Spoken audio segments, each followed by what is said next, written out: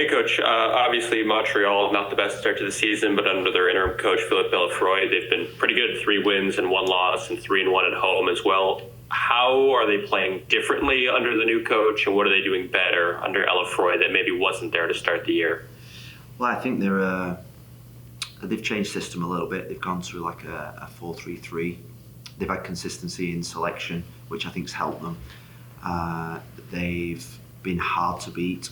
They have a real good defensive structure in the low block, and on the counter-attack, they score a lot of goals on the counter-attack, and he's got them organised. Their organisation, I think, has been their biggest thing. I think he's simplified everything that the team need to do, and I think it's going to be a really tough game. I think they're in a good run of form, particularly at home. They've beat some good teams at home, and it's a big test for us. Adam, go ahead. Yeah, I just wanted to ask about their striker as well, Prince Owusu. I personally haven't seen him much, but obviously the numbers speak for themselves. Had 6 goals in the 7-game stretch. Is he familiar to any striker you guys have faced this year, and what's sort of the challenge that he presents? Well, I think one of my coaches, Alex Dodgson, worked with him in TFC in Toronto, so we've obviously got some good background information. We watched him a lot in Toronto. I've always liked him. I think that profile of striker works well in the MLS. Holds the ball up well, disciplined in his out of possession work. He's a really good presser of the ball, and obviously makes good runs in behind. So I think it's a different type of challenge than playing against a Joveljic, say for instance, or some of the other strikers we've been playing against. It's a different type of challenge for our centre backs in the game. But I think when strikers get on these runs, they can be dangerous. Just like our striker at the moment seems to be on that kind of run, Kelsey. So, it's definitely someone that we'll have to look out for. Next, we'll go to Jeremy.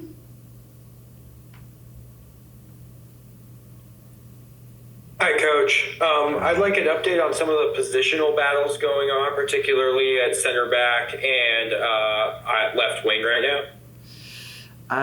What kind of update do you want, Jeremy? Do you want the team? Is that what you're asking for?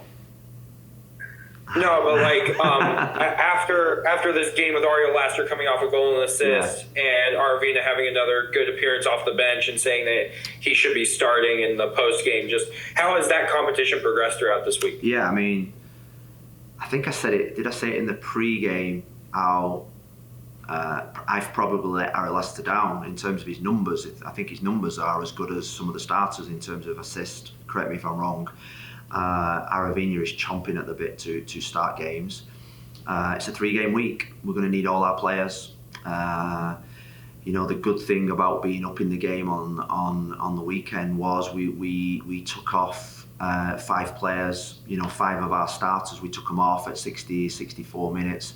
We got minutes into those that needed the minutes as well to be ready to play in a week like this. I think there was only Kelsey and Velda from that front 5 or 6 that we didn't get off. So everybody's ready.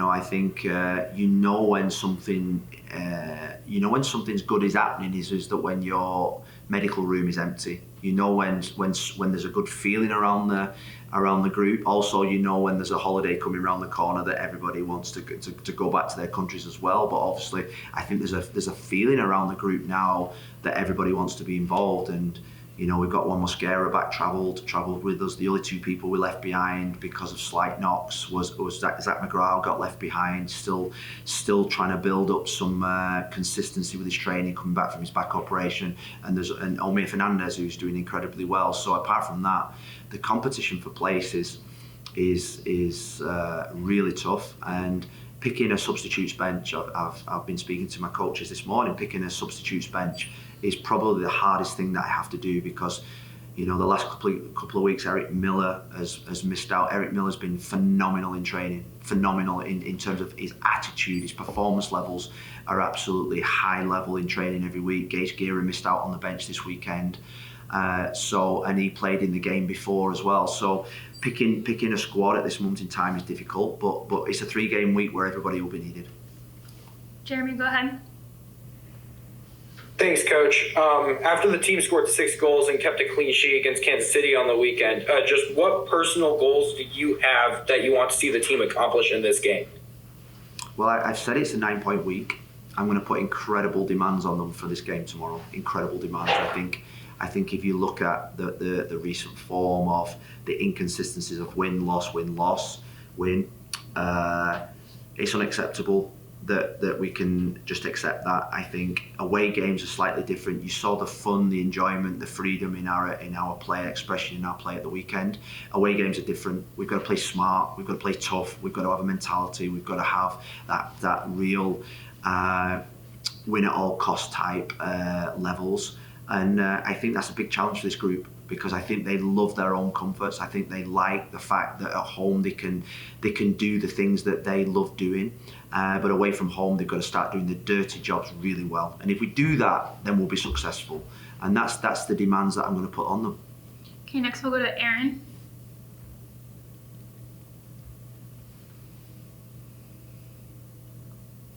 Hey, Coach. Aaron, how you doing? Just good. You? Yeah, good. Thank you. Just good. Just on the back of that, yourself as a player, playing on the road, if things aren't going well as a player, your passes are off, your touches off, what details do you share to the guys to get yourself back in? Say first 10, 15 minutes, it's just not clicking for whatever reason. Is there anything you can share about that? Well, you've got to do the basics brilliantly.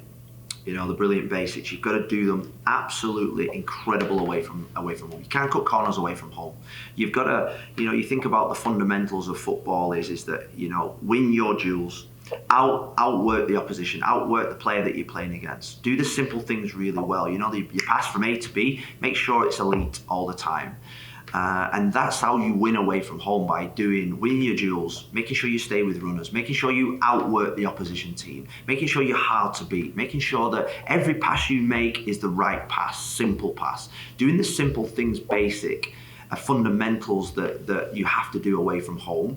And that you're going to suffer some adversity. You're going to have periods where you're in control. You're going to have periods where you're under pressure in your low block and you've got to defend for your lives. If you do those things well, you win games away from home. That's the basis of this league, basis of any league when you play an away game. We've had 5.5 hours of travel. We've got a 3-hour time difference. They're factors into they're factors into how we can play tomorrow night. But they're just excuses. Everybody has to do it.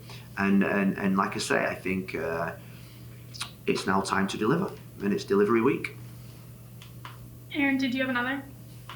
Yeah, just one more. You haven't been to Montreal yet with the Timbers. Anything about the field? Anything about the stadium that's unique? I've got to say, it's one of my I'd say top 3 favorite places to visit in the MLS as an away coach. I love the stadium. It's tight. The pitch is fast, narrow. The supporters are on top of you like at Providence. The city's really nice. It's one of my favorite places. I came here a lot with my previous club. Really enjoyed it. It's cold, a different type of temperature than what I've been here in the past, but it's one of my favourite cities, and I think this it's a proper football stadium, and it's one that I'm looking forward to. Okay. Thanks. Next we will go to Tom Pennistone. Hi Phil, thanks for your time. If I could just have a couple of very quick ones. You mentioned after the 6-0 win that a lot of players needed to drop their egos. Have you seen further evidence of that happening during the week? Well, I saw it on Saturday in the game against Kansas. Now, obviously, we trained Sunday and we had everybody focused, and we're training again today, and I want everybody focused. The 6-0 game on Saturday is 48 hours ago. That's in the past.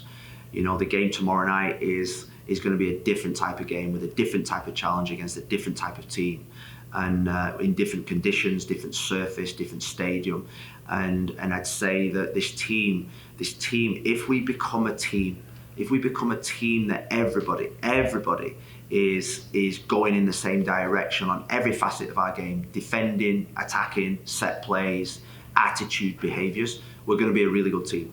And I'd say it's the challenge for most MLS coaches when you've got like a cap system with DPs and salary discrepancies is that making sure the ego's parked at the door is the most important thing.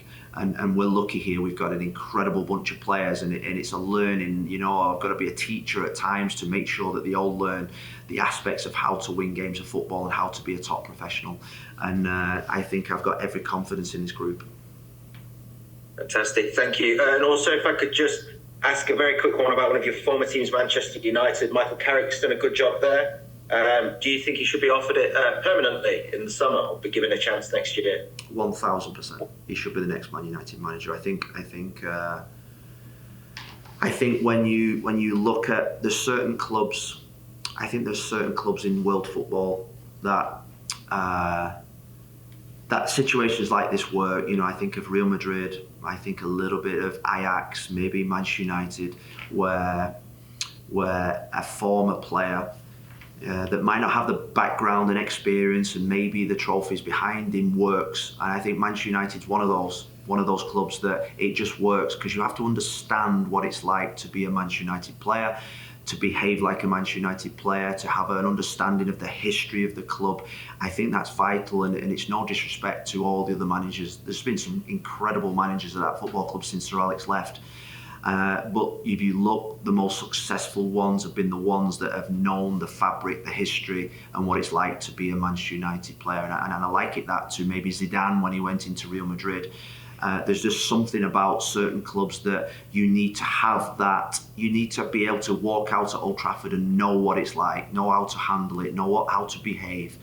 And I think Michael Carrick's proven with results, and that's the only thing you can do as a manager. You can prove by the results out on the field, and he's done that with the same group of players that other managers have failed with.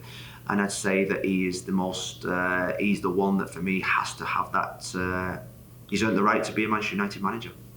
Okay, we're going to wrap there. Thanks everyone for the time. Have a good day.